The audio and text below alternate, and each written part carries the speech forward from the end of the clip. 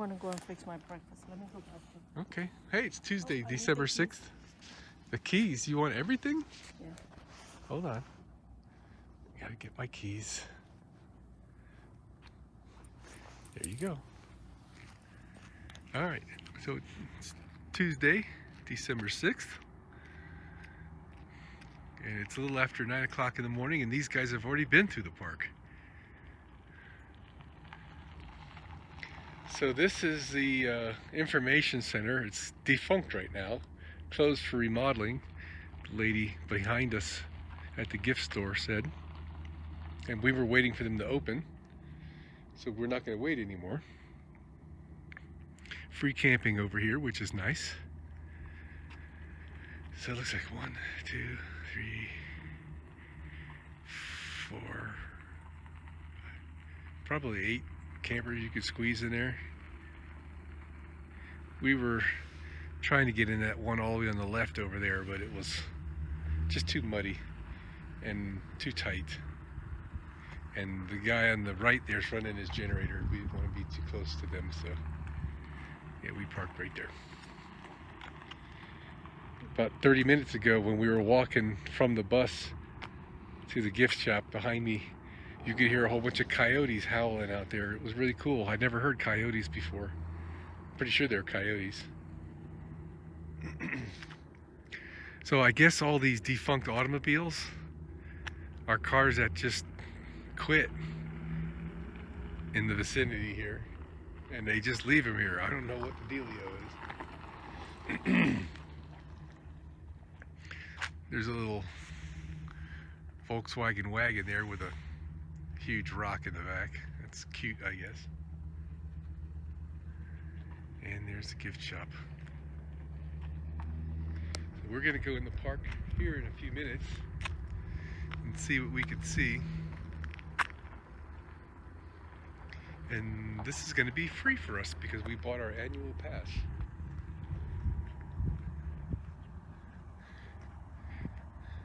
So this must have been a huge forest, because this stuff is laying around everywhere.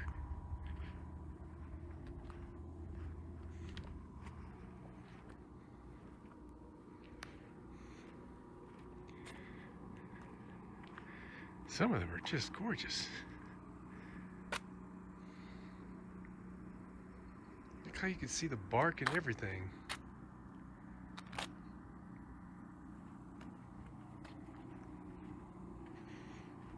I think I know these were formed. I'm gonna have to read the pamphlet.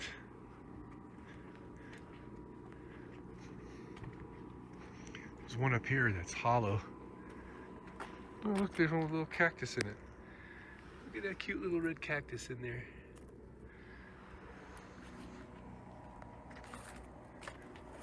This one here, this one's really cool looking.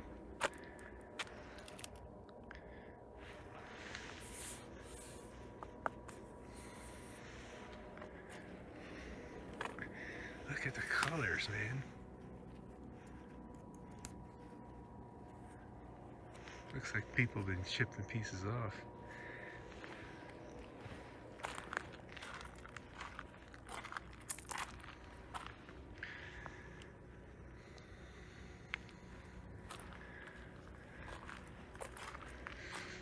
Alright, let's get all Hakuna Matata warmed up and go down the road. So I needed to come by here. I'm gonna guess somebody's living here. I mean, I don't know what the deal is with this place. That's a current license tag. And here's a bunch of old, dead vehicles.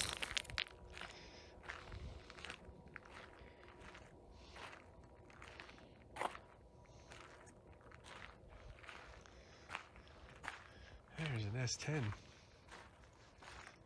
Looks like might be an all-wheel drive one.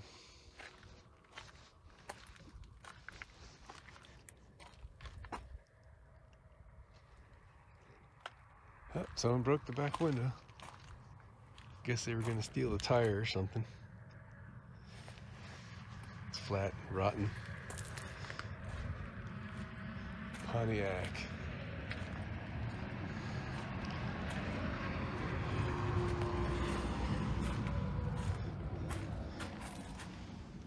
So that thing was just pushed over with a forklift or something.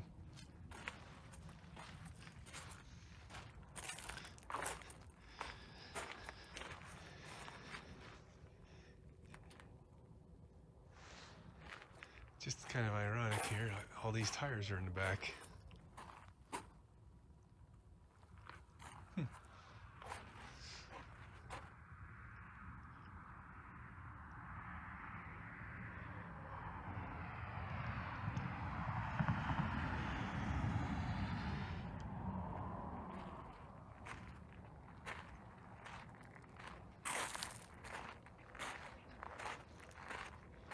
Oh, that's their car. That makes sense.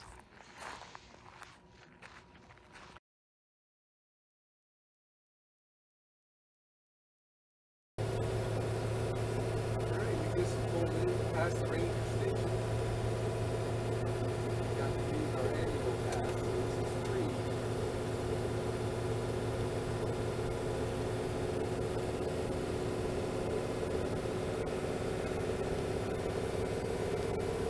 There's a bunch of rocks and dirt. Everywhere you go, it looks a little different.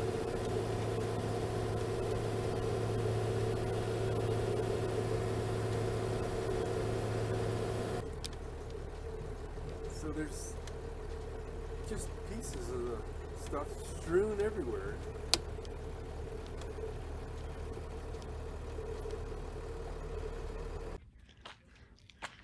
All right, so we're behind the visitor center. And I guess this is just how they naturally lay here on the ground. Okay.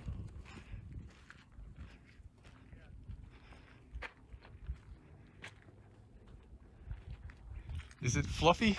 No, it's not fluffy. It's not fluffy. Look at the size of the trees. This has to be. Yeah, I was reading a pamphlet. They were like pine trees. They didn't call them pine trees. They said they were like pine trees. But this was a huge forest. Yeah. That went in the water.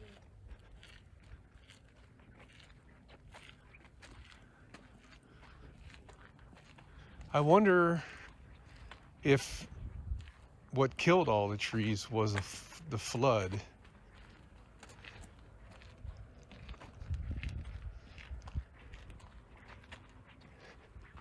Oh, the exhibits have numbers on them. Oh, look, there's a whole piece intact up there.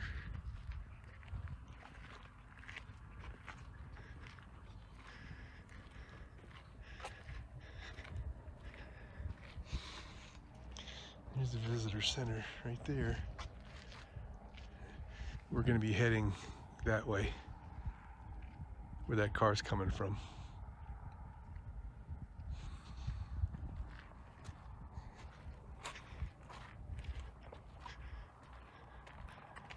Oh, that stuff looks neat.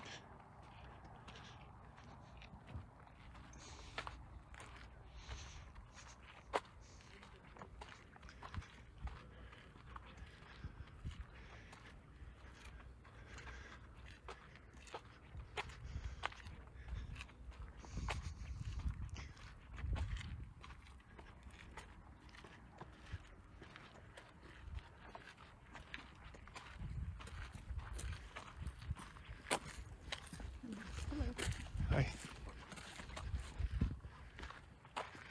Oh, look at that. Exhibit 6.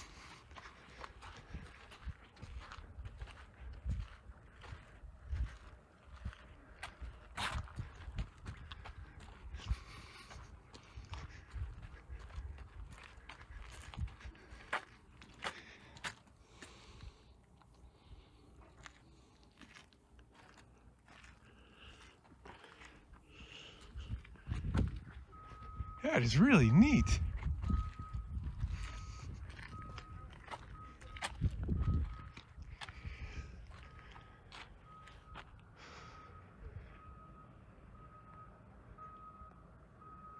there's guys over there working on these paths, putting the stones down. Oh, look, there's the, I guess this is the original stonework that they're redoing.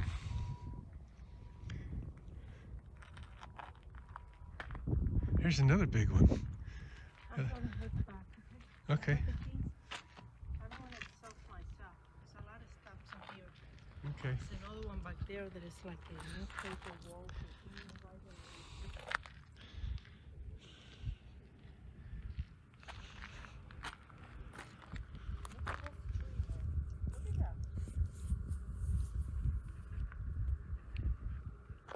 And we'll go to this one more right here and then we'll head out.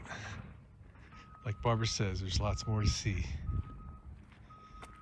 Look how you can see the bark so perfectly clear.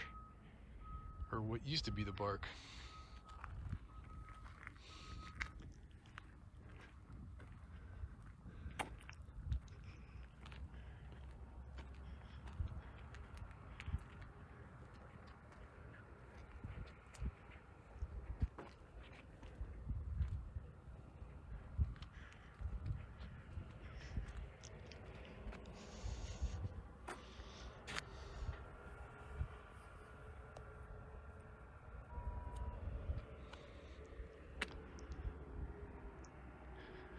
Okay. Yeah, I just had to stop here for a minute. This is a pretty good spot. Video. There's gonna be some nice pull-off places coming up. Like, what was it? Yes, a few. The Badlands had some nice pull-offs. It's crystal forest and jasper forest, and it looks like it has spots.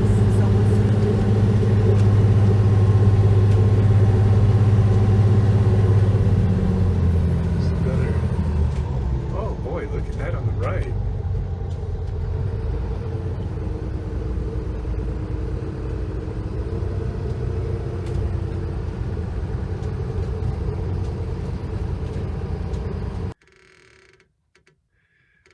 This is the first pullout, mile marker 24.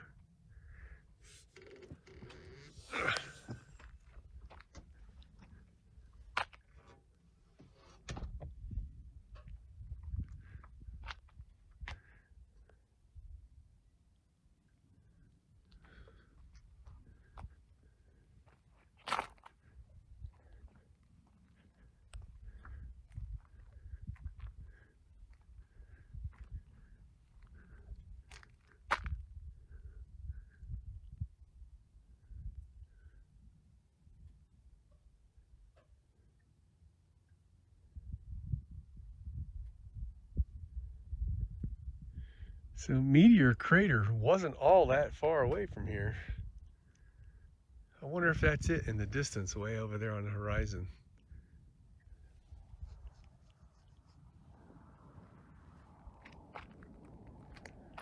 Here come some humans. Binoculars. In the drawer with all the... Oh, it's not here? So it's a bird on the top of that hill up there.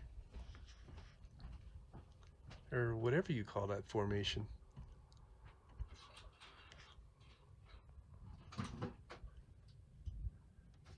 We are at, what was it called? Crystal Forest. Crystal Forest. It's actually on the other side of the road from here.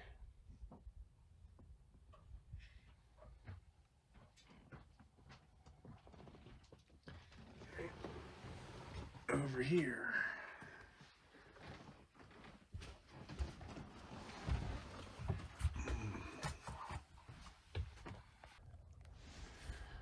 Okay, so that big formation we were looking at with the bird on top, they call that the battleship, which, okay. And there's a hiking path here, 0.8 miles around that. I don't think I'm up to doing that. Let's go take a look at what we can see. Okay, this is worth a read. Think of a word to describe the semi-arid grassland in front of you. Is it lush, green, or forested? No, but those would be accurate descriptions for this land during the Triassic period. At that time, this area resided on the supercontinent Pangaea at approximately 10 degrees north of the equator, the same latitude as present-day Costa Rica. As Pangaea broke apart, the North American continent drifted northward. Some 218 million years later, Crystal Forest is at 35 degrees north latitude. The Colorado Plateau uplifted slowly over millions of years, raising the park land about a mile above sea level. This is why the park is so arid today. If Crystal River had not moved and uplifted, it would still be forest, much like the rainforest in Costa Rica. All right.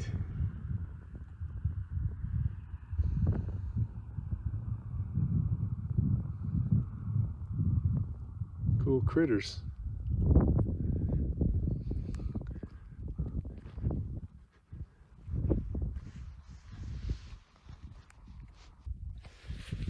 Okay, I'll read this one too, because this is pretty cool.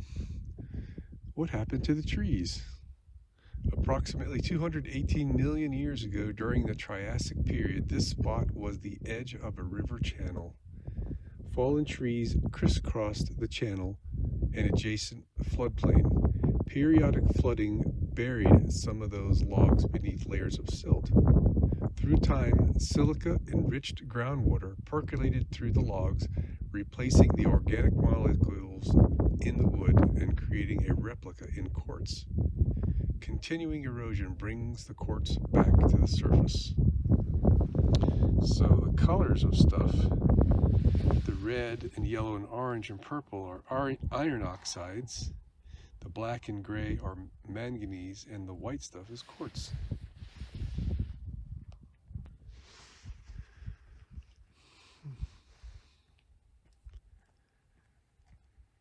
The board goes on to say that the reason why all these pieces look like they've been cut is because they were just brittle,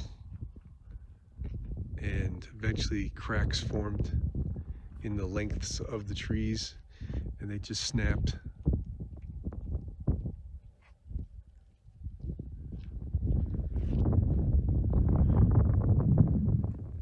So that's as far as we're gonna walk. It's pretty cold out here. The wind is blowing. The sun is nice and warm though. Much warmer right here in the sun than it was in the shade where I was reading that thing. Okay, we're at Jasper Forest, and this just screams of how much this looks like a dried up ocean or lake. And as the land rose, all the water went away and left all the different colored rings. I don't know how much of that shows up in the video, but it's really neat to see and very easy to imagine this one day was full of water. There's Interstate 40 out there on the horizon. That's where we're headed. I just spoke with a couple of people. They said that we're pretty close to the other end of the park already.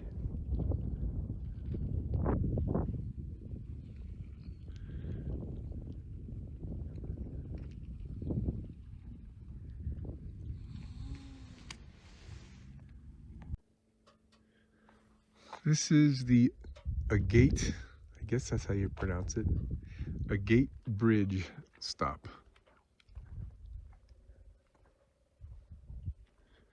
They got this neat little building they put up here.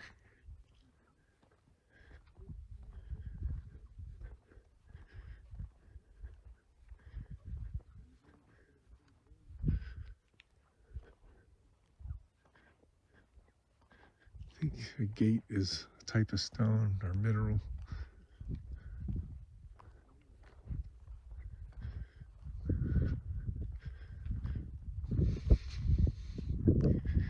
building looks pretty new.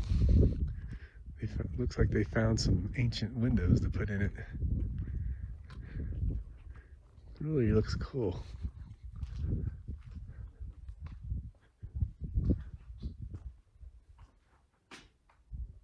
Oh, maybe it is old. A return to the past. Historic Agate Bridge Contact Station. Oh, it's been rebuilt. The Agate Bridge Contact Station was the most recently a restroom, but once it was a graceful sun shelter with a breeze. People could have picnics, enjoy the view, and rest out of the strong sunlight. It is built of native sandstone in a 1930s version of Pueblo architecture with wooden beams and vigas sticking out of the interior. Today, our skillful craftsmen are rehabilitating this historic structure to resemble the past, enabling visitors to recall the experience of generations before and looking forward to the future. In November 1934, the Public Works bid was won by contractor Olds Brothers Lumber Company of Winslow, Arizona, part of a 3-checking station construction project with a final cost of $4,500. The project finished in May 1935.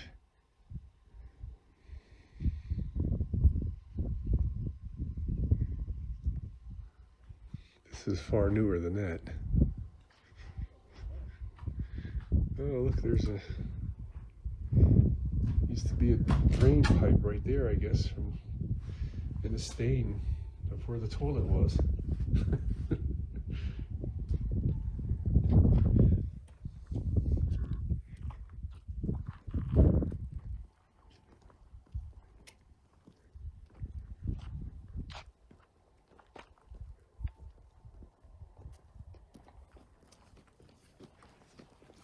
How you doing? Oh, pretty good. How about you?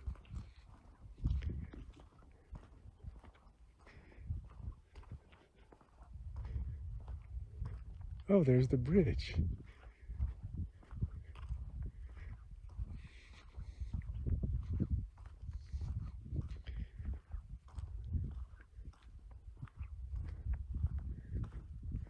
Water under the bridge. Check it out.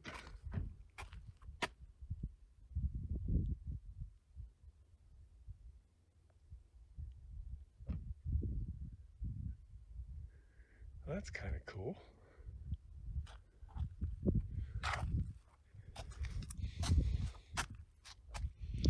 Water created a gate bridge and will destroy it. The fossilized tree that now forms a gate bridge grew in a lush subtropical forest 217 million years ago. When the tree died, it washed into a river, and its quick burial by river sediments prevented decay. Volcanic ash dissolved in groundwater provided silica, which created the log and slowly crystallized it into quartz. Millions of years later, rivers and streams eroded massive layers of rock strata to expose this fossilized tree. Inevitably, water now carving the small gully under a gate bridge will cause its collapse. The supportive concrete span constructed in 1917 is a tenuous attempt at preservation. Water will always have its way.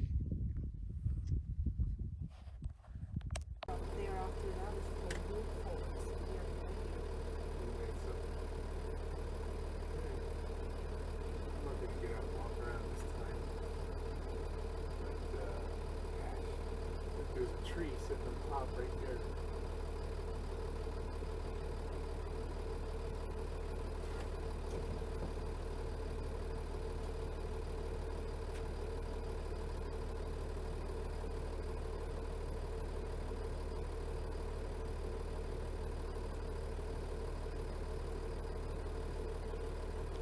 And that's where we just came from back there. We're on a loop.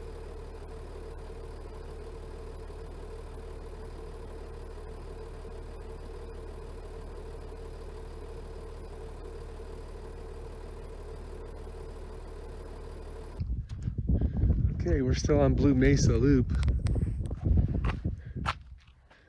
We just came from right there. Right over there was another stop. That's where this walk path originates. You see down there, which would be a really cool walk. A little more than I'm into doing. And Barbara's not feeling up to walking that much.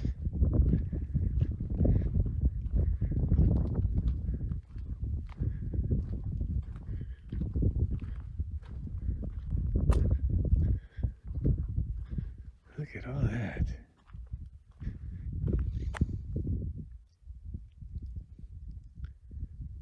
So what I haven't figured out yet is, did all this stuff get pushed up over the millions of years? And that's why there's the different color rings, or is it from erosion?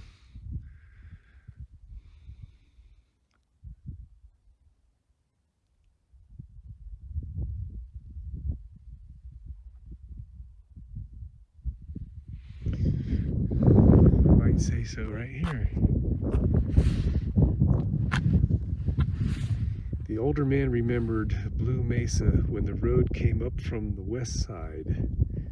Remnants of that old road were just a trace, but his memories were clear and strong. He had come here 50 years before with his parents. Now he had returned with his grandchildren. 4 generations of his family had visited Petrified Forest National Park. Holding the black and white photograph up, he aligned it with the vista before him. The opposite ridge with its distinctive stripes, period. In the picture, the boy stood in front of the ridge. Did he imagine back then that he would return with his family half a century later?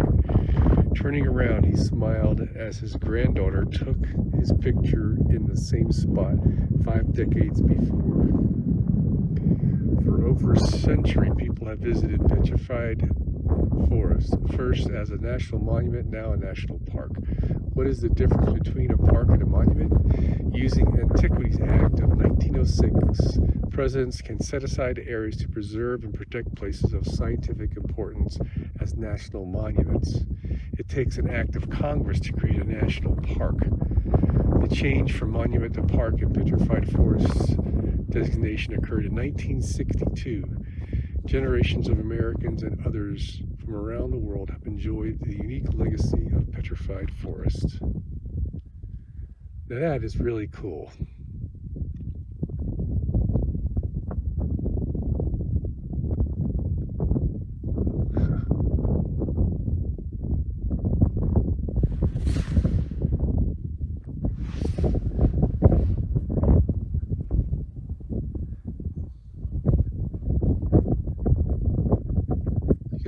Big beak. We're at Newspaper Rock.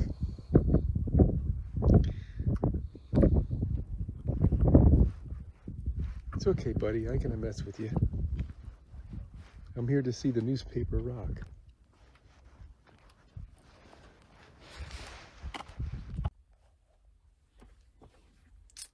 Well, we've been through the whole Petrified Forest. This whole road here, and now we're over here at Lacey Point. We got this little loop to do here. We'll be back on I-40, gonna make a left, and we're gonna head to El Morro National Park. Oh, it's a national park? I'm pretty sure it's a national park.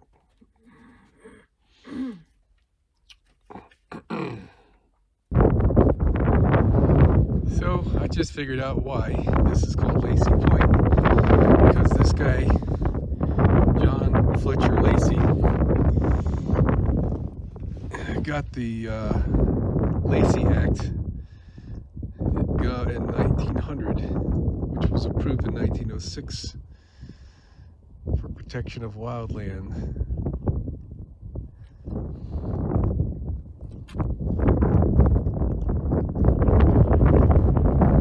These are the years that they were set up.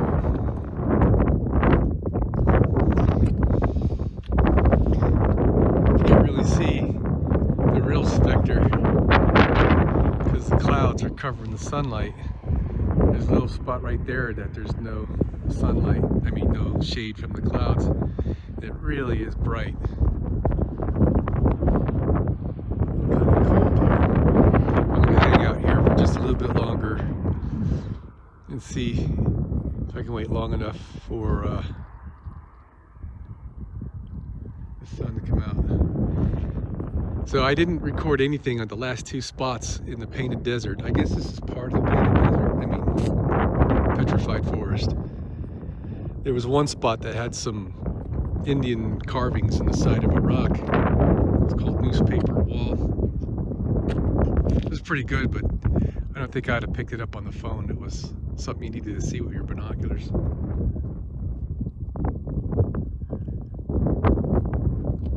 Come on, son. Peek out from behind those clouds. We're on the other side of I-40 now. There's not much to this part. We'll be out of here pretty soon. And it's 2 hours until we get to El Morro National Park, so. Okay.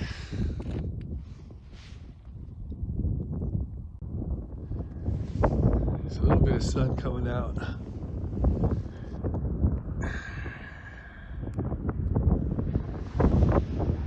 Right there in the middle area. And there's some right there. Lit up.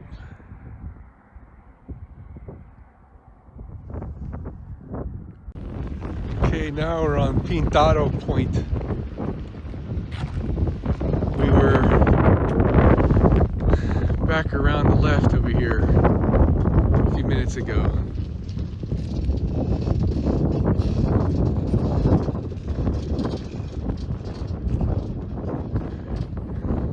And that's the same vista that we were looking at not long ago. But from this place, we can see on the other side, over there, where the sun is bright. See what a difference there is between the shade and the sunlight.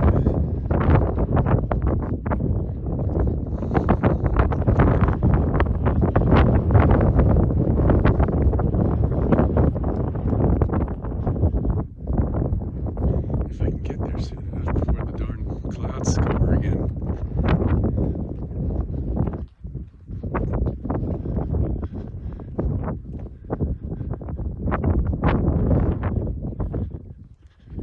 Sure is pretty. Oh yeah, there's some sunny spots out there. Look how bright where the sun is.